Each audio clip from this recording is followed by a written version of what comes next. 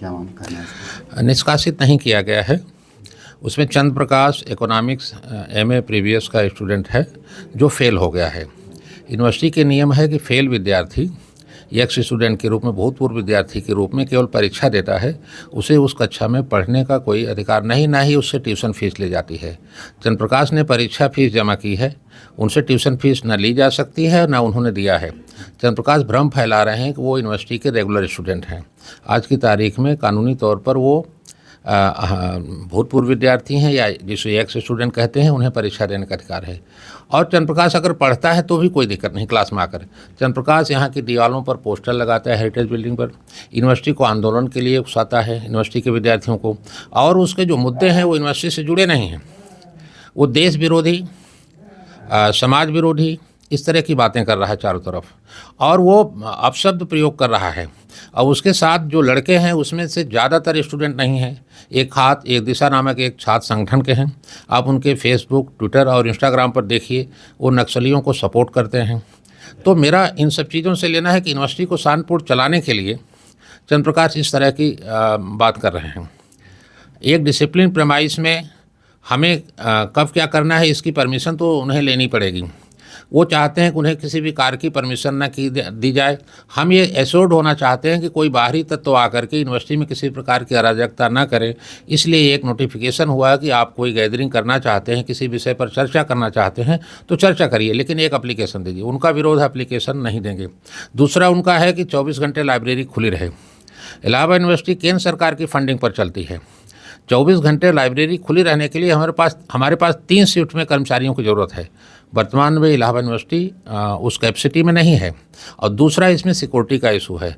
हम 12 घंटे लाइब्रेरी खुली रहते हैं, सुबह 9 बजे से शाम 9 बजे तक लाइब्रेरी खुली रहती है। विद्यार्थी 24 घंटे यहीं बैठेंगे, होगा और यूनिवर्सिटी में होगा, हमारी पोजीशन इस समय नहीं है।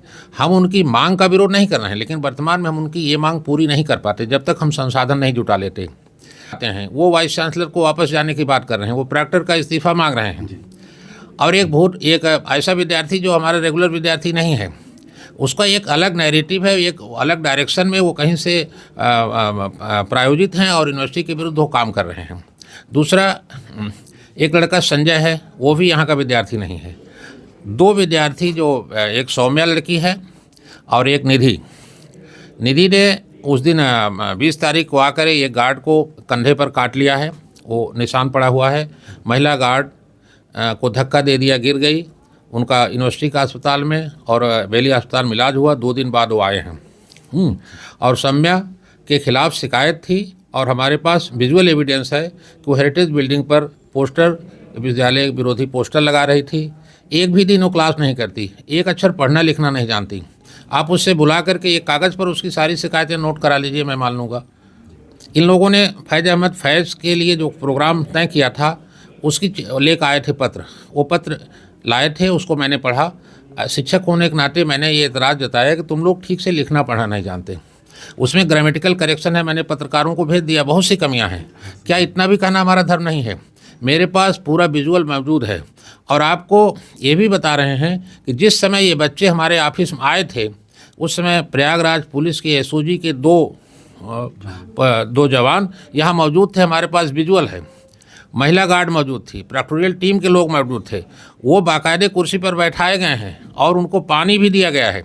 और पूरी बातचीत जिस तरह की बातचीत हुई है, कोई भी देख सकता है कि इस तरह की कोई बातचीत नहीं हो रही है। केवल सारी लड़ाई वो इस पर लड़ गए कि ये आप ग्रामेटिकल करेक्शन कैसे कर सकते हैं। उससे पहले ही दोनों सस्पेंड थे और उन्होंने कहा कि हम अपना सस्पेंशन यहाँ से रिसीव करके जाएंगे, हमारे घर क्यों भेजेंगे। उन्होंने झगड़ा किया कि अभिभावक को क्यों आप बुलाते हैं। हम तो वो अभिभावक को ना माने, लेकिन हम उनके अभिभावक को मानते हैं, इसलिए उनको अभिभावक। उनकी लड़ाई 2 चीज़ों पर थी कि आपने इस पत्र में ग्रामेटिकल करेक्शन क्यों किया, शिक्षक होने नाते मेरा धर्म है।